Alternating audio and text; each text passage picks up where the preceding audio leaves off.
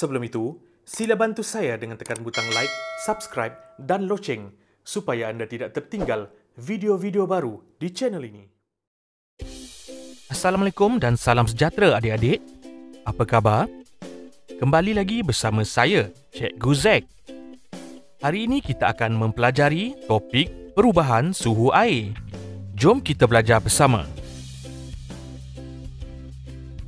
Objektif pembelajaran untuk pelajaran hari ini ialah menggunakan perhubungan ruang dan masa untuk melihat perubahan suhu apabila ais dipanaskan dan menentukan takat beku dan takat didih air dengan menjalankan aktiviti. Standard pembelajaran 6.1.3. Perubahan suhu air.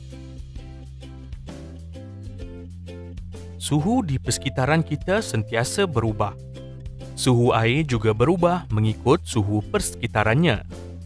Mari kita ikuti kisah si pengukur suhu untuk memahami perubahan suhu air dengan lebih lanjut. Sejuknya, suhu sifar darjah Celsius ini telah mencapai takat beku. Selepas 40 minit, saya berasa selesa pada suhu 26 darjah Celsius. Air dipanaskan. Setelah 15 minit, air menjadi panas. Suhu sudah mencapai takat didih 100 darjah Celsius. Berdasarkan kisah tadi, ais berubah menjadi air apabila suhu semakin meningkat. Apabila tempoh pemanasan air meningkat, suhu juga akan meningkat.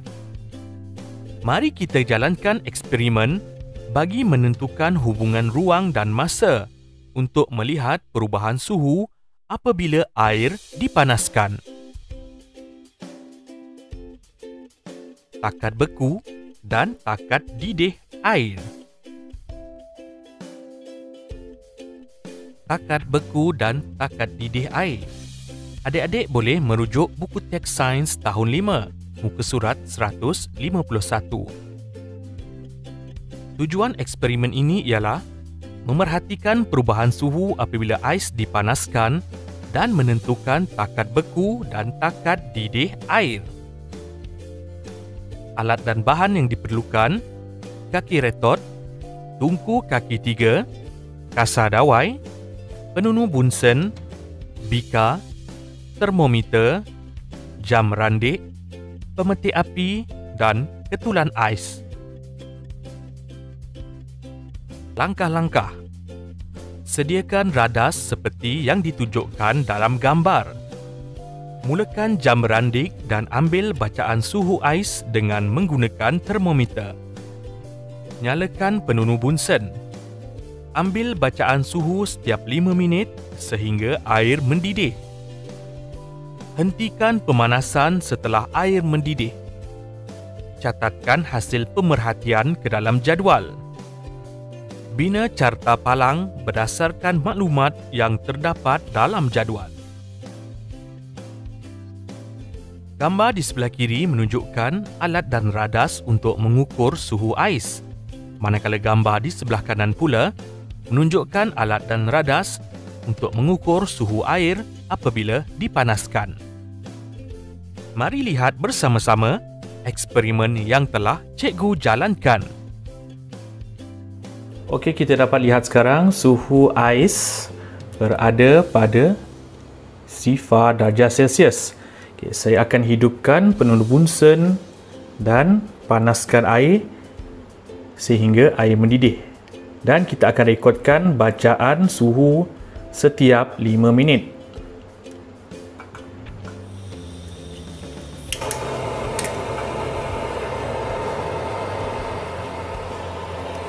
Okey, kita hidupkan jam.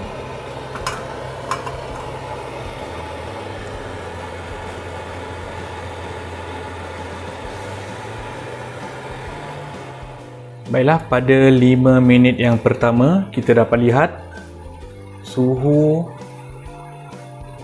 adalah 12 darjah Celsius dan ais pun sudah mula mencair. Okey, bagi 5 minit yang seterusnya, iaitu pada minit ke-10, suhu air ialah 34 darjah Celsius.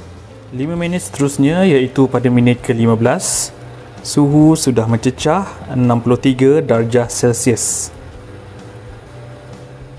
5 minit yang seterusnya, iaitu pada minit ke-20, suhu air telah mencecah 86 darjah Celsius. 5 minit yang seterusnya, iaitu pada minit ke-25, kita dapat lihat suhu air ialah 100 darjah Celsius.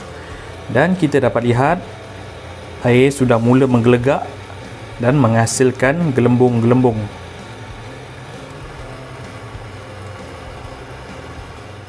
Lima minit yang seterusnya, iaitu pada minit ke-30, suhu air masih lagi berada pada 100 darjah Celsius.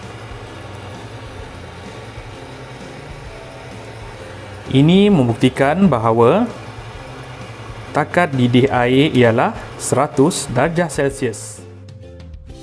Mari kita lihat keputusan uji kaji atau eksperimen yang telah cikgu jalankan sebentar tadi.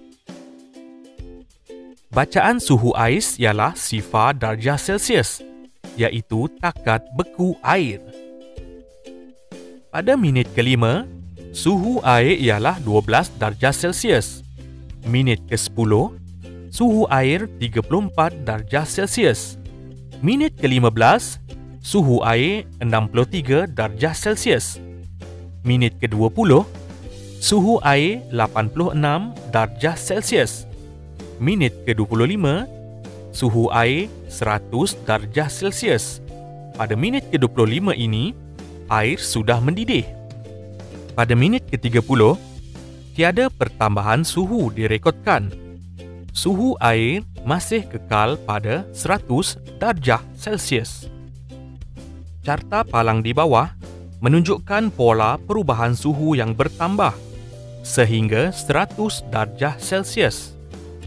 Setelah mencapai 100 darjah Celsius, suhu air tidak akan bertambah kerana air sudah mencapai takat didih.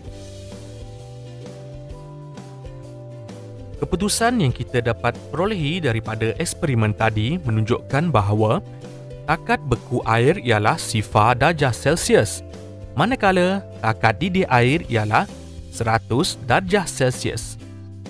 Pola perubahan suhu air ialah bertambah sehingga 100 darjah Celsius. Jika masa pemanasan air bertambah, maka suhu air akan bertambah sehingga 100 darjah Celsius. Baiklah adik-adik, kita telah sampai ke penghujung pelajaran.